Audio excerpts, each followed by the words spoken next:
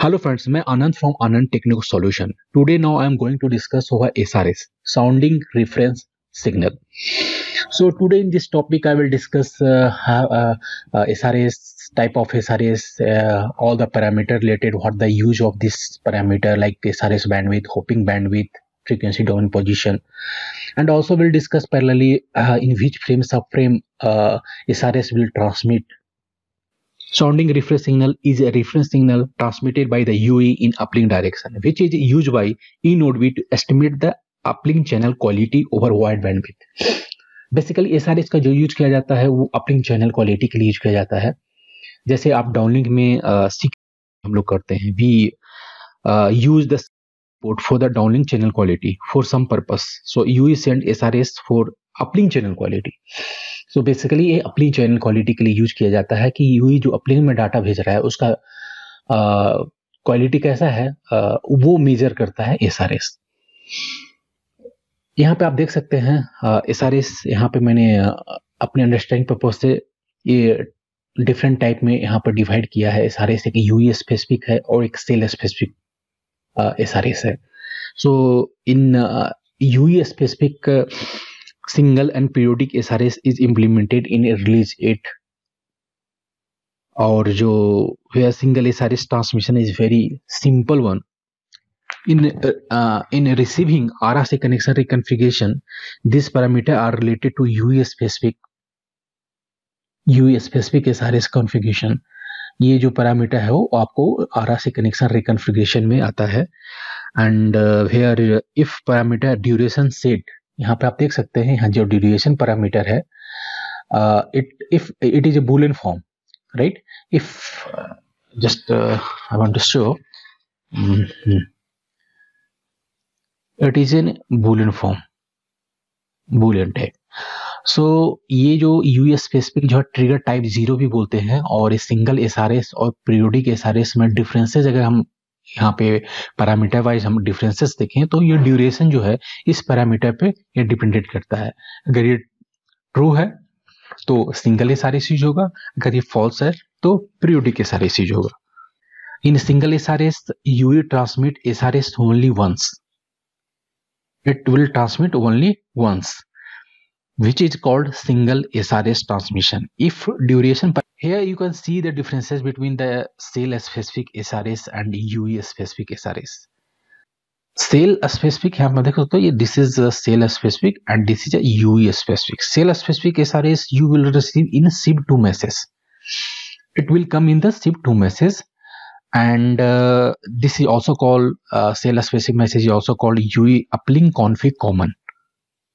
When you will see uplink config common. So this is the cell specific message where these two parameters are very important, bandwidth config and subframe config, where configuration is related to SRS bandwidth config and SRS subframe config. And also ACNAC simulation, this also important parameter is there. So we will see all the parameter, what is the means of this parameter and what is the use, how this parameter are helpful for transmitting the SRS. UE specific SRS की बात करें तो we called as a dedicated SRS. यहाँ पे आप देख सकते हो uplink config dedicated, uplink config dedicated. So ये जो uplink config SRS है, uplink config dedicated जो है which will receive in RRC connection setup message, RRC connection reconfiguration message. These are important parameter for the US specific is cell bandwidth, SRS bandwidth, SRS hopping bandwidth, frequency domain position, SRS config index, transmission com, and cyclic safety. So these are the important parameter for the cell specific, UE specific. US specific, that means we can also say that uplink config dedicated, uplink config dedicated. So these messages will come in reconfiguration message and RRC connection setup message. And this SRS cell specific is, we can say, uplink config common. So a message it will come in, this message will come in SIB2 message.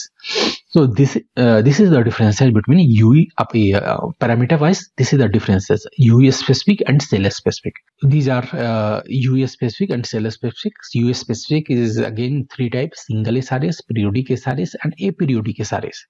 So single SRS and periodic SRS differences in duration. Duration, if it is set as a true, then it will single SRS, and the periodic SRS is set as a false. If duration is set as a false, then it will work as a periodic SRS. The single SRS, that means it will transmit the SRS only one time, and periodic, if it is false, duration is false, then periodic SRS will work until SRS will disable. A periodic SRS, it will also will discuss a periodic SRS when it will a periodic SRS will work, because for the periodic SRS na, so it will request eNodeB will request on a specific message, SRS request it will send, then you will transmit the SRS, aperiodic SRS. So first important parameter is SRS bandwidth, SRS config index. SRS config index. Actually, this SRS config index define SRS periodicity and an offset periodicity range from 2 millisecond to 320 millisecond. So this value mainly it's about the SRS periodicity, SRS config index periodicity. SRS bandwidth, here first parameter is SRS bandwidth, right? This so this parameter define the bandwidth that need to be used while transmitting the SRS in a subframe. So ये define करता है bandwidth, एक complete bandwidth है जो cell use कर रहा है या यूयू, तो उस बैंडविड्थ में एक स्पेसिफिक बैंडविड्थ एलोकेट कर देता है इनोड भी कि हाँ इस जो बैंडविड्थ है वो स्पेसिफिकली एसआरएस के लिए यूज होगा. सो वो डिफाइन होता है आपका इन्यूमरेटेड टाइप का होता है 0 1 2 3. ये कैसे काम करता है, क्या मतलब होता है, वो हम सब डिस्कस में भी मैं सिर्फ 1 by 1 पैरामीटर के बारे में एक ब्रीफ दे रहा हूँ. सो एसआरएफ बैंडविड्थ आप लेकर चलो कि जो बैंडविड्थ एलोकेट कर देता है एच 4 वैल्यू जो है BW0 0 1 2 3, ये एलोकेट कर देता है इनोड भी कि इसमें से कौन सा यूज करना है, BW0 यूज करना है, 1 यूज करना है, 2 यूज करना है या 3 यूज करना है. सो यहाँ से इसको एसआरएस बैंडविड्थ मिल जाता है, किस पर एसआरएस को ट्रांसमिट करना है यूई को. सो ये चीज हमको यहाँ से पता चल जाता है. नेक्स्ट है एसआरएस होपिंग बैंडविड्थ.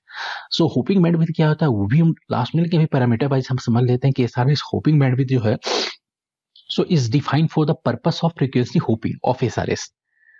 अब होपिंग एक्चुअली बेसिकली यूज होता है, वो मैं आपको बाद में बताऊंगा कि यूज होता है कि सेम फ्रीक्वेंसी को 2 या 3 यूज करते हैं, उस टाइम पे वो होपिंग फ्रीक्वेंसी होपिंग करता है और इस तरीके से वो सेम एसआरएस को सेम सबफ्रेम को यूज नहीं कर पाता जो रिसोर्सेज लोकेट होते हैं. तो हम डिटेल में देखेंगे, लेकिन फर्स्ट अभी जो होपिंग है आप बस इतना ही समझ लें कि is defined for the purpose of frequency hopping of SRS.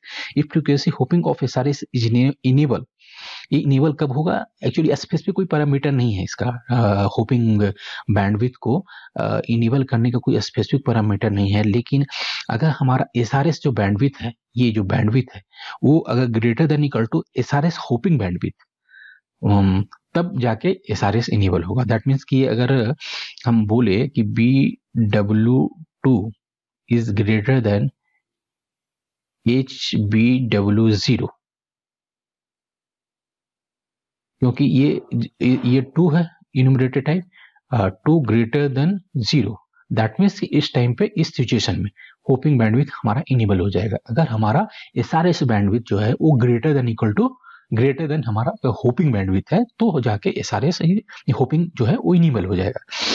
तो ये होपिंग है बेसिकली, समझते हैं, बाद में हम डिस्कस करेंगे. फिर है क्या, फ्रीक्वेंसी डोमेन पोजीशन, जो नेक्स्ट पैरामीटर जो है फ्रीक्वेंसी डोमेन पोजीशन. ये क्या होता है, define the starting position of the SRS, starting position of the SRS in frequency domain. अब जो बैंडविड्थ है जो एलोकेट किया है, बैंडविड्थ रिसोर्सेज ब्लॉक जो एलोकेट किए हैं, अब 10 मेगाहर्ट्ज 50 रिसोर्सेज ब्लॉक होगा. 50 रिसोर्सेज ब्लॉक में वो कहाँ से एसआरएस कहाँ से स्टार्ट होगा, वो इंफॉर्मेशन बताता है फ्रीक्वेंसी डोमेन पोजीशन कि ये कहाँ से स्टार्ट होगा. तो ये चीज हमें पता चलता है फ्रीक्वेंसी डोमेन पोजीशन से. नेक्स्ट पैरामीटर है कि साइक्लिक शिफ्ट. ये साइक्लिक शिफ्ट ये साइक्लिक शिफ्ट क्या होता है कि can very from 1 to 8, 8 value आप देख सकते हैं, जीरो से इन्यूमरेटेड टाइप होता है, 0 से 7 वैल्यू होता है, जो कि इन्यूमरेटेड टाइप 0 1 2 3 टोटल 8 वैल्यू होता है। And which generate up to 8 different SRS, जो कि एक which are generate up to 8 different SRAs which are orthogonal to each other. eNodeB can configure SRAs for up to 8 UE। अब ये जो cyclic shift जो 8 है वो सारे UE के लिए एक एक एलोकेट करेगा। सो 8 UE वो कॉन्फ़िगर कर सकता है in the same subframe and frequency resources, same frequency resource and subframe पे एलोकेट कर सकता है, but to use a different cyclic shift के साथ सेम सब फ्रेम पे ये 8 यूई को एलोकेट कर सकता है सेम सब फ्रेम पे। तो हमारी 8 यूई है, सेम सब फ्रेम पे सेम फ्रीक्वेंसी यूज कर रहा है, एलोकेट उस रिसोर्सेज को एलोकेट कर दिया है सेम सब फ्रेम पे। तो उस टाइम पे अगर साइक्लिक शिफ्ट 8 यूई जो है 8 यूई का अगर डिफरेंट साइक्लिक शिफ्ट रख देगा तो it will work and transmission com take a value 0 and 1 which inform whether to transmit SRS in every even या odd subcarrier is assigned SRS bandwidth। तो even and odd subcarrier पे SRS को assign करता है। by doing eNodeB can multiplex 2 UE with the same subcarrier same cyclic shift। Suppose that CS0 है। अब देखो अभी तक मैंने क्या बताया, साइक्लिक शिफ्ट जो था 8 different UE different cyclic shift use कर सकता है। 8 यूई CS0 है, so 1 UE CS1 2 second UE 8 use कर सकता है। अब ये ट्रांसमिशन कॉम को यूज करके 8 नहीं बल्कि 16 यूई एक साथ यूज कर सकता है। अब CS0 एक यूई को लोकेट कर दिया, CS0 के लिए 2 यूई को लोकेट कर दिया। मैंने क्या बोला था, CS0 साइक्लिक शिफ्ट में 1 यूई 1 CS0 एलोकेट करेगा, लेकिन ट्रांसमिशन कॉम को यूज करके अब 2 यूई को 2 यूई को CS0 एलोकेट कर दिया। अब क्या करेगा कि जो ट्रांसमिशन कॉम 0 1 वैल्यू है, इवन एंड ऑड जो है, एक को इवन एलोकेट कर देगा, एक ऑड एलोकेट कर देगा, एक को 0 एलोकेट कर देगा, एक को 1 एलोकेट कर देगा। इस तरीके से एक साइक्लिक शिफ्ट में 2 यूई को एलोकेट कर देगा। तो टोटल हमारा जो इसका स्ट्रेंथ है वो इंक्रीज कर जाएगा। SRS ट्रांसमिशन करने का जो पॉसिबिलिटी है और ज्यादा इंक्रीज हो जाएगा। अब CS0 के साथ 2 UE can transmit the SRS in subframe. So ये uplink UE specific SRS configuration है जो कि eNodeB भेजता है in RRC connection reconfiguration and RRC connection setup message में। उसके बाद है अपीरियोडिक SRS जो कि it is came in release 10 and aperiodic SRS release 10 में आया। Aperiodic SRS is configured by RRC but triggered by SRS request flag in PDCCH DCI format 041A for FDD, TDD and DCI 2B 2C for the TDD alone। That means 04 DCI format जो है 0041A ये जो है वो FDD के लिए होगा and TDD के लिए आप 2B 2C 2B and 2C DCI format. So FDD के लिए 0418 DCI फॉर्मेट एंड TDD के लिए 2B DCI format 2B and 2C TDD के लिए होगा। So before the triggering A periodic SRS using DCI format 0, first it will set this parameter in reconfiguration as SRS config aperiodic DCI format 0। यहाँ पे आप देख सकते हो जब फर्स्ट टाइम पे जब रिकॉन्फ़िगरेशन मैसेज भेजेगा उस टाइम पे एक क्या eNodeB सेट कर देगा SRS config aperiodic DCI format 0 config DCI format 1A 1B 2C। ये 2 पैरामीटर सपोज दैट ये सेट कर दिया। मतलब कि अब जब अगर अपीरियोडिक SRS जब ट्रिगर करेगा eNodeB तो वो या तो DCI फॉर्मेट 0 में भेजेगा, जैसे हमने कॉन्फ़िगर किया हुआ DCI format 0 1A 2B 2C, या तो जो SRS रिक्वेस्ट होगा वो जो ट्रिगर होगा वो DCI 0 के थ्रू में होगा या DCI 1A 2B and 2C में होगा। ये 2 जो पैरामीटर आप देख रहे हो इसमें वो कॉन्फ़िगर करेगा। सो वही मैं बोल रहा हूँ कि first it will set this parameter in reconfiguration message. Reconfiguration में पहले ही बता देता है यूई को कि कौन सा DCI फॉर्मेट में SRS रिक्वेस्ट करेगा। सो वो पैरामीटर आपका यहाँ पे आप देख सकते हो DCI फॉर्मेट 0 है, DCI format 1A 2B and 2C। तो इस DCA फॉर्मेट में SRS रिक्वेस्ट करेगा, जो कि पहले ही बता देता है रिकॉन्फ़िगरेशन मैसेज में. Similarly for the aperiodic SRS being DCA format 1B 2B 2C reconfiguration set as a SRS config aperiodic DCA format. हाँ, सो ये इस तरीके से SRS रिक्वेस्ट ट्रिगर होता है एपीरियोडिक में. पहले रिकॉन्फ़िगरेशन मैसेज बता देता है in order to inform to the UE in which DCA format SRS request will come. So UE will check that DCA format SRS request came or not. So it will check in DCA format 0, DCA format 1A, 2B and 2C. ये आपका aperiodic SRS इस तरीके से aperiodic SRS जो है वो trigger होता है. Now question come, why this kind of signal is required. So you not be allocate only partial section of full bandwidth for a specific UE and at a specific time. So it would be good to know which section across the full bandwidth has better channel quality comparing to other region. So network allocate the specific frequency region which is the best for each of the UEs. इसका मतलब ये हुआ कि एक complete bandwidth में एक partial section जो है यूई को एलोकेट होता है. अब यूई को तो पता नहीं है कि which section has good beta signal quality. So in that situation में वो एसआरएस भेजता है and in order be estimate the SRS channel quality and find out which section which region has better strength signal strength.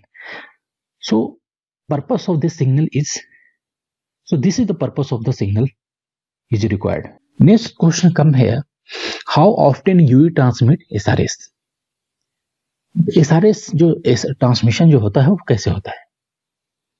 So SRS transmission configuration depend upon signaling message SIB2 RRC connection setup and RRC connection reconfiguration message, because already have told in SIB2 cell specific message come and RRC connection setup and reconfiguration it is for the UE specific SRS. In last slide I was told SRS UE specific and cell specific. Cell specific comes in SIB2 message and it's coming RRC connection RRC message, RRC connection setup and reconfiguration message.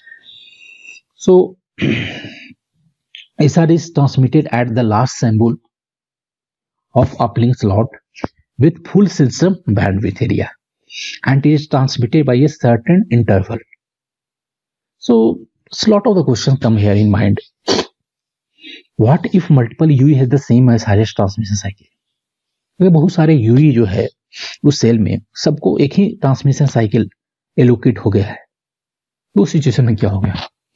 जैसे मैंने बताया कि यहाँ पे जो SRS bandwidth जो allocate हुआ है BW 3 to 4 UE या 5 UE को एलोकेट कर दिया, तो उस सिचुएशन में क्या होगा. अगर मल्टीपल UE को सेम SRS ट्रांसमिशन एलोकेट हो गया है, so would there be a possibility, so there is a possibility that bunch of SRS from multiple UE are overlapped.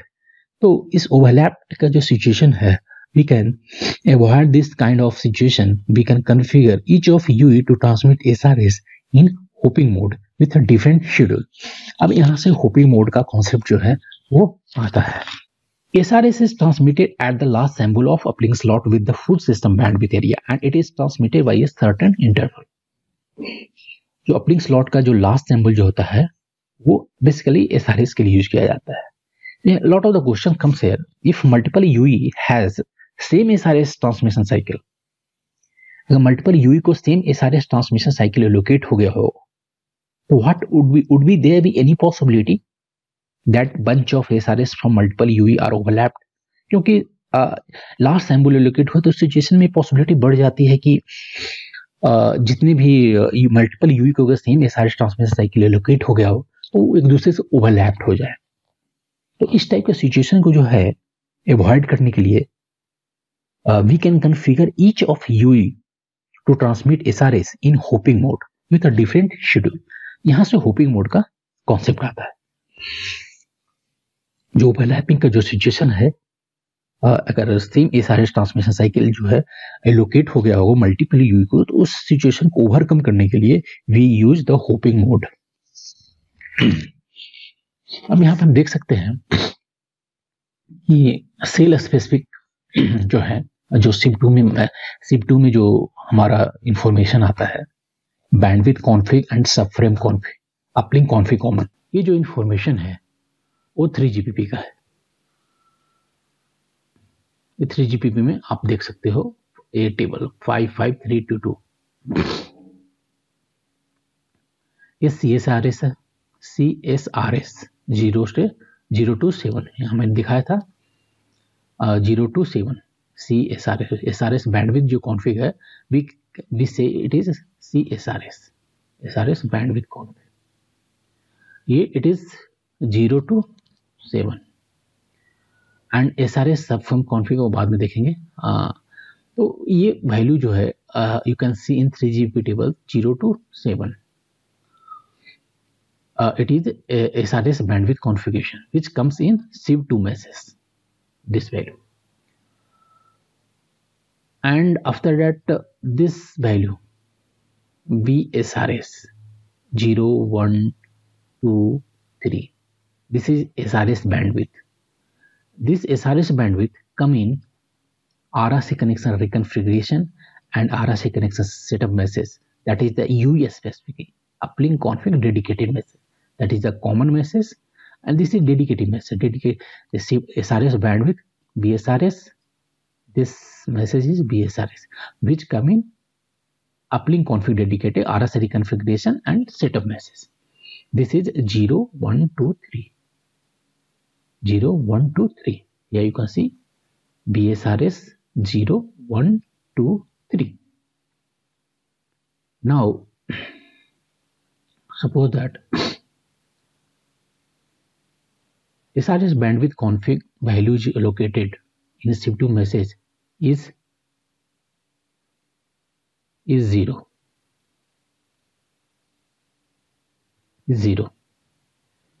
And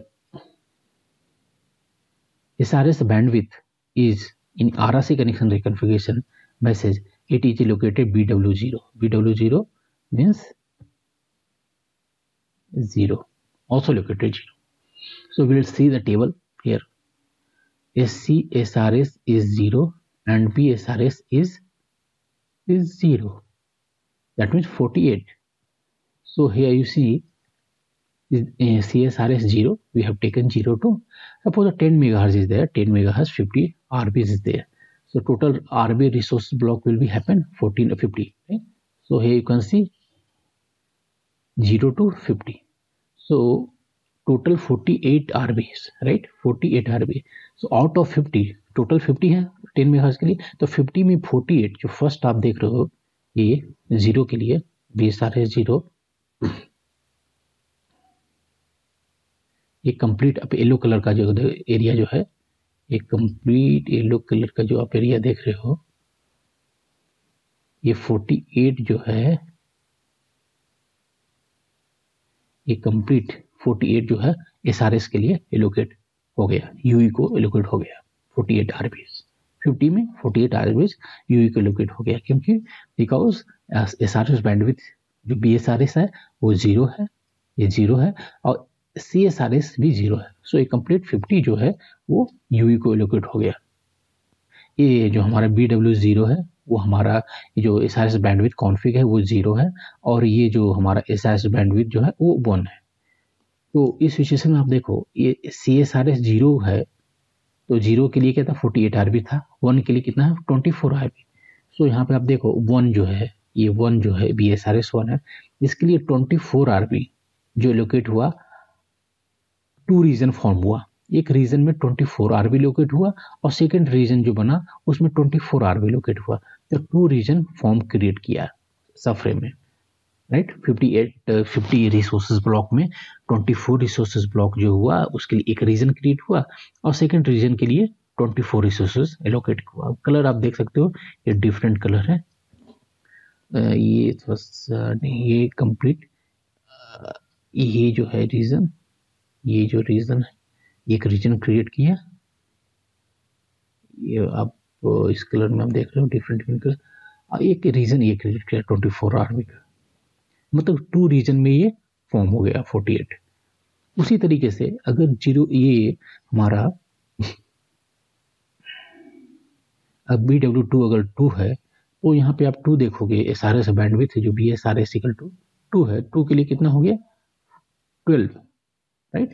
तो अब ये जो रीजन है 48 RB जो है वो 4 पार्ट में भी डिवाइड हो जाएगा, दैट मीन 4 रीजन क्रिएट होगा। तो यहाँ पे आप देख सकते हो एक रीजन ये है, ये कलर में, सेकंड रीजन ये है, थर्ड रीजन ये है, और फोर्थ रीजन ये है।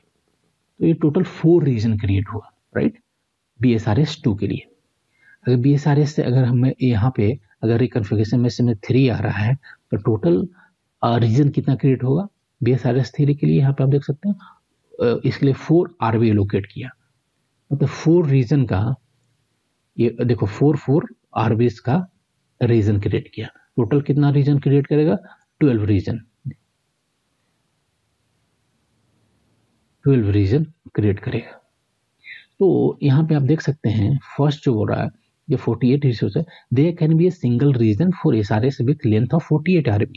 अगर हमारा BSRS अगर 0 है, ये BSRS अगर 0 है तो फुल CSRS का जो 48 RB कंप्लीट 48 RB वो SRS के लिए लोकेट हो जाएगा। अगर BSRS इक्वल टू 1 है 24 तो ये 24 RB, there can be 2 region. अब 48 to 8 जो है SRS के लिए, तो उसको 2 रीजन में उसको कन्वर्ट कर देगा, 2 रीजन में फॉर्म करेगा 24 RB का। अगर BSRS इक्वल टू 2 है तो 12 region, that mean 4 region create करेगा। 48/12 4 रीजन कैन क्रिएट। अब BSRS इक्वल टू 3 है तो टोटल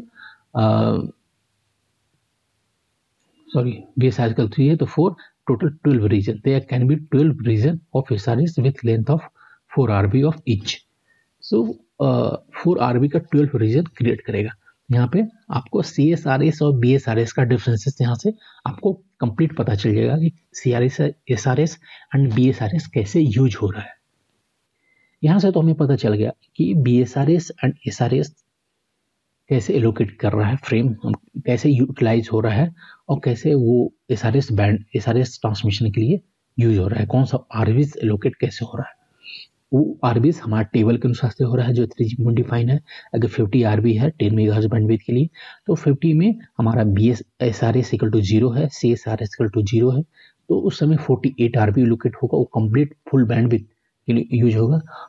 एक रीजन फॉर्म होगा। अगर BSRS इक्वल टू 1 है तो वहाँ पे जो आप यहाँ पर देख सकते हो वो 24 RB होगा 3GPP के अनुसार से, जो कि 2 रीजन फॉर्म करेगा। यहाँ पर आप देख सकते हो सेकंड वाला लाइन ऊपर में BSRS है 0 1 2 3, 1 के लिए 2 रीजन फॉर्म किया, 2 के लिए 4 रीजन फॉर्म किया, और 3 के लिए 12 रीजन फॉर्म किया, क्योंकि ये जो 3GPP में है वो 4 SRS BSRS 3 के लिए 4 RBs लोकेट किया है, तो 4 RBs का एक रीजन फॉर्म होगा।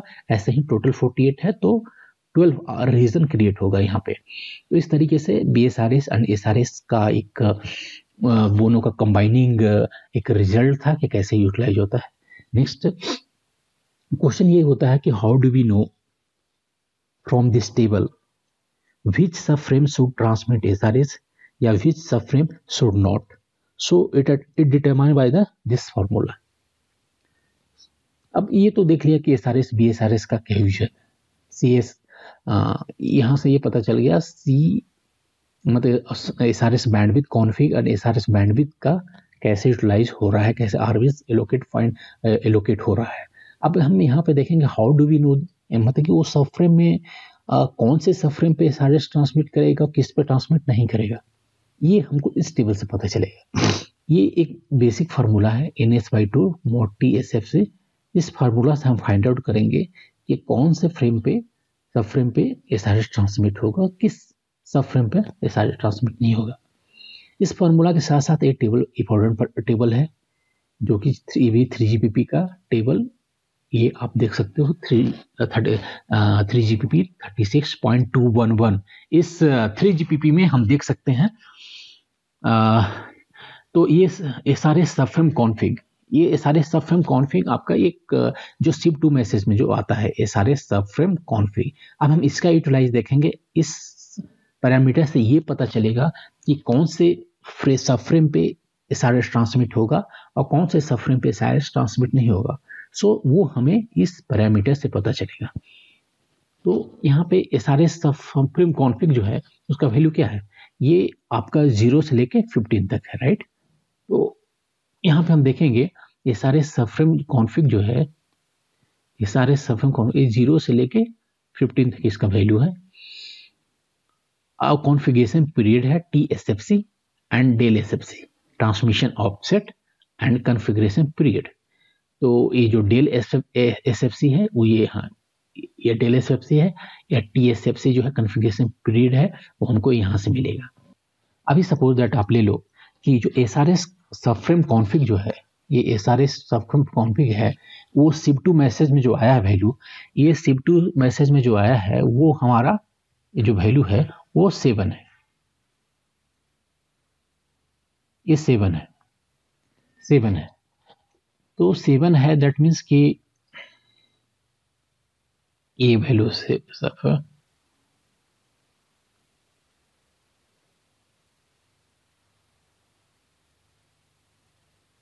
ये है, राइट। मतलब कि इसका जो कॉन्फ़िगरेशन पीरियड है TSFC का वैल्यू जो होगा वो 5 होगा, और डेल SFC जो है ट्रांसमिशन ऑफसेट जो वैल्यू है वो 0-1 होगा। ये TSFC का वैल्यू क्या हो गया, 5 हो गया। अब हम एक टेबल बनाएंगे, ठीक, एक टेबल बनाएंगे, इस फार्मूला को यहाँ पे लिखेंगे एंड सब फ्रेम टोटल हमारा 10 सब फ्रेम होता है, तो 0 से लेकर 9 तक ये हमारा सब फ्रेम हो गया, और ये टोटल नंबर ऑफ स्लॉट हो गया, ये स्लॉट हो गया 0 से लेके 20 स्लॉट हो गया, राइट, 0 से लेकर 19 तक। तो फार्मूला क्या है, floor NS/2 mode TSFC। TSFC का वैल्यू क्या है, ये जो वैल्यू है वो TSFC का वैल्यू है सब फ्रेम कॉन्फ़िग 7 के लिए, 7 जो है उसके लिए वैल्यू TSFC का वैल्यू है 5 है, राइट। तो और यहाँ पे पहला फर्स्ट हमारा नंबर ऑफ स्लॉट जो है वो 0 के लिए कैलकुलेट करेंगे, NS जो है नंबर ऑफ स्लॉट है, तो फ्लोर 0/2 मोड TSFC क्या है 5 है, तो यहाँ 5 डाल दिया तो इसका वैल्यू आया 0, राइट। तो 0 जो है ये स्टेटस, SRS स्टेटस क्या होगा, ये 0 जो वैल्यू है ये 0-1 है, 0-1 है, राइट। डेल SFC ना इक्वल टू क्या था, डेल SFC, राइट, ये बिलोंग करना चाहिए 0-1। अगर ये दो वैल्यू आ रहा है इस फार्मूला, ये जो कैलकुलेशन है इस कैलकुलेशन का अगर वैल्यू 0 और 1 आ रहा है तो उस पर SRS ट्रांसमिट करेगा, अगर 0-1 वैल्यू नहीं है तो SRS ट्रांसमिट नहीं करेगा। तो 0 नंबर ऑफ स्लॉट 0 है, उसके लिए वैल्यू क्या आया, 0 आया। नंबर ऑफ स्लॉट 1 है, उसके लिए वैल्यू क्या आया, 1/2 मोड 5। आप करके देखो इसका वैल्यू 0 आएगा, तो इस पर ट्रांसमिट SRS इज ऑन। फिर अगर हम 2 करते हैं तो 2/2 formula number of slot by 2, 2/2 and mode 5, एक वैल्यू इसका 1 आ रहा है, तो ये बिलोंग कर रहा है 0-1, मतलब 0 भी है 1 भी है, तो जो 1 वैल्यू आया मतलब कि यहाँ पर भी SRS ऑन होगा। अगर 2 के बाद हम 3 देखेंगे, 3 के बाद भी 3/2 किया, मोड 5 किया, यहाँ पर भी 1 आ रहा है, मतलब कि SRS ऑन होगा। अगर 4 वैल्यू है SRS NS number of slot 4 के लिए हम देखेंगे 4/2 मोड 5, यहाँ वैल्यू 2 आ रहा है, 2 आ रहा है मतलब कि यहाँ पे SRS ऑफ होगा। अगर 6 है तब भी 3 आ रहा है तो यहाँ पर भी ऑफ हो जाएगा। अब फिर नेक्स्ट जो है number of slot 10,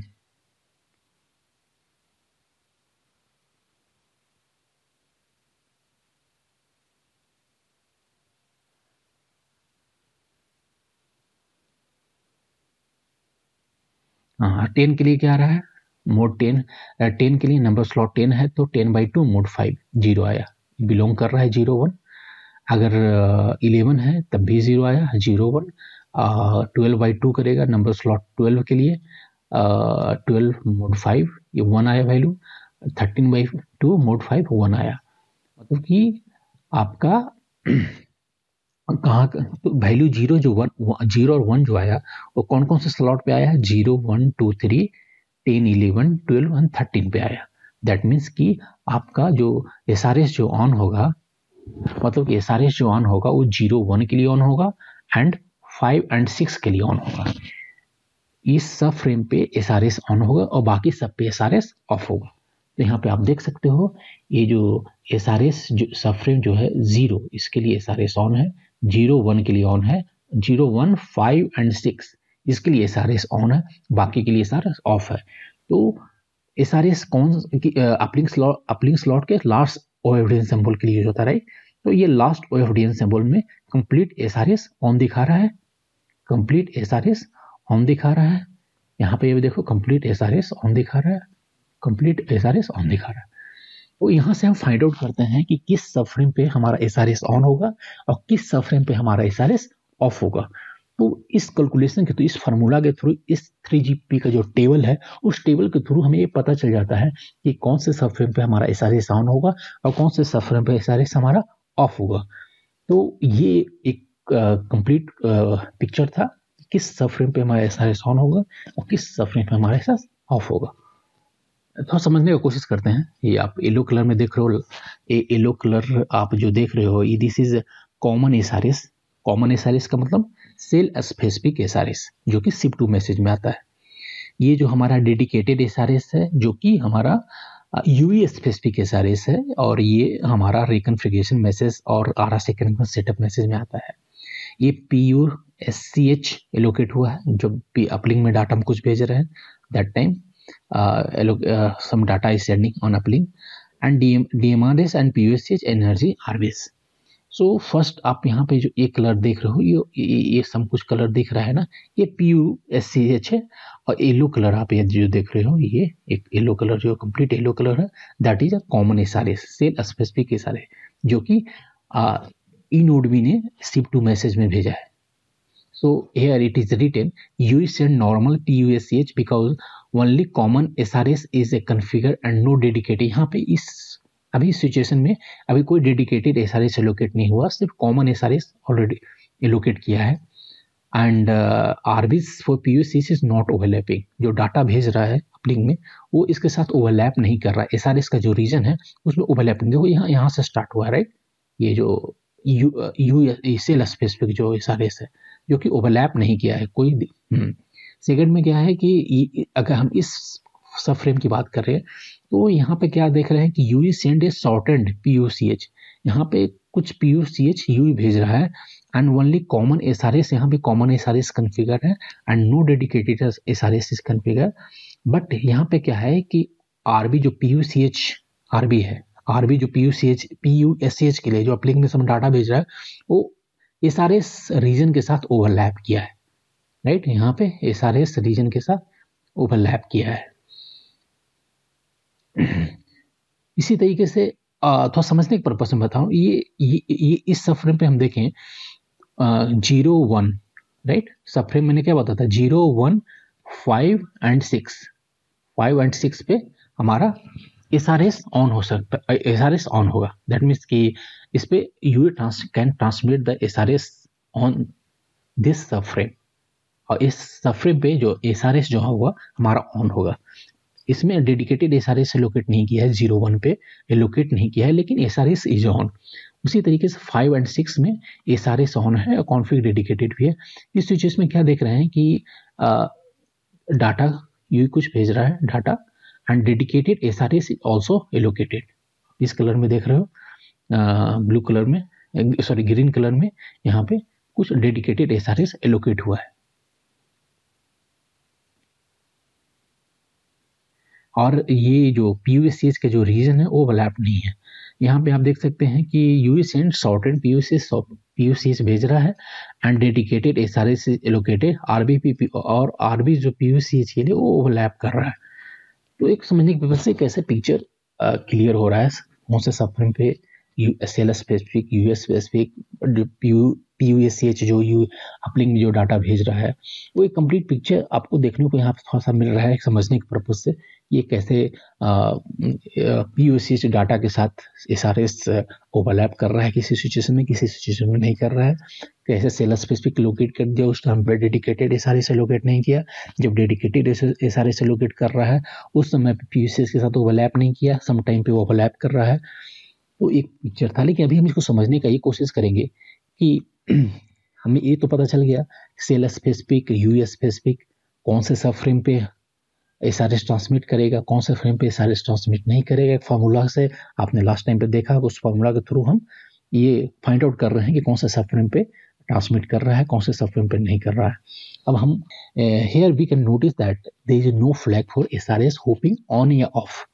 SRS hopping का कोई यहाँ पे पैरामीटर स्पेसिफिकली डिफाइन नहीं है कि कौन सा पैरामीटर जो है SRS होपिंग के लिए ऑन होगा एंड कौन सा पैरामीटर जो है वो ऑन करेगा, कौन सा पैरामीटर ऑफ करेगा। हाँ, तो यहाँ इसके थ्रू हम डिफाइन कर लेते हैं, फाइंड आउट कर लेते हैं कि फिगर आउट करते हैं कि SRS होपिंग जो है वो हमारा ऑन है या नहीं है। अगर SRS bandwidth greater then SRS hopping bandwidth है तो हमारा SRS होपिंग जो है वो ऑन होगा। अगर SRS hopping bandwidth greater than equal to SRS bandwidth है तो SRS होपिंग जो है वो ऑफ होगा। तो हम बेसिकली टू कॉम्बिनेशन के थ्रू हम ये फाइंड आउट करने के फिगर आउट करते हैं कि हमारा SRS होपिंग जो है ऑन है या ऑफ है। हाँ, अब हम कंप्लीट पिक्चर देखेंगे कि कैसे कंप्लीटली ये काम कर रहा है। ऐसे अभी ओवरऑल हमने देख लिया कि CSRS, BSRS कैसे काम करता है, SRS बैंडविड्थ कॉन्फ़िग जो कि SIP2 में आता है, BSARS जो कि UE config dedicated RSA connection setup में और रिकॉन्फ़िगरेशन में आ जाता है। तो CSRS एंड BSRS का कॉम्बिनेशन के थ्रू हमने देख लिया कि कैसे वो RVs को एलोकेट कर रहा है। उसके बाद हम लोग देखे कि कौन सा सब फ्रेम पे SRS सेंड करेगा, कौन से सब फ्रेम पे नहीं करेगा।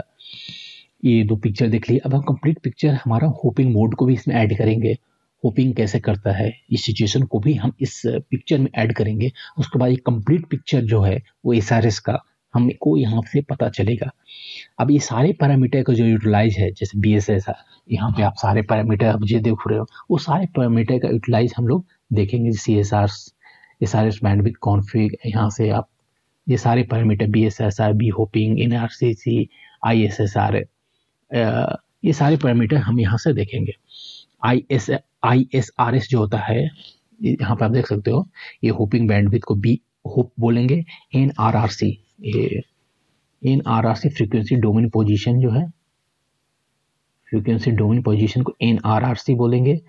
ISRS जो कि SRS कॉन्फ़िग इंडेक्स जो पीरियोडिसिटी को बताता है। उसका ट्रांसमिशन कॉम KTC जो कि आपका 0 और 1 होता है। साइक्लिक शिफ्ट का वैल्यू जो है वो 0 से 8 होता है सारे UE को। तो इस सारे पैरामीटर का यूटिलाइज हम देखेंगे एक साथ। सारा पूरा कंप्लीट पिक्चर को हम SRS को समझने का कोशिश करेंगे, ये होपिंग के साथ कैसे काम करता है। तो फ्रेंड्स, आज का वीडियो मैं यहीं पे समाप्त करता हूँ और thanks for watching this video. अगर आपको मेरा वीडियो पसंद आया हो तो प्लीज़ लाइक एंड कमेंट करें, और अगर आप मेरे चैनल पर नए हैं तो प्लीज़ सब्सक्राइब करें, क्योंकि मैं हमेशा कुछ नए टॉपिक पे वीडियो लाता रहता हूँ और उसका नोटिफिकेशन आपको मिलता रहेगा। So thanks for watching video.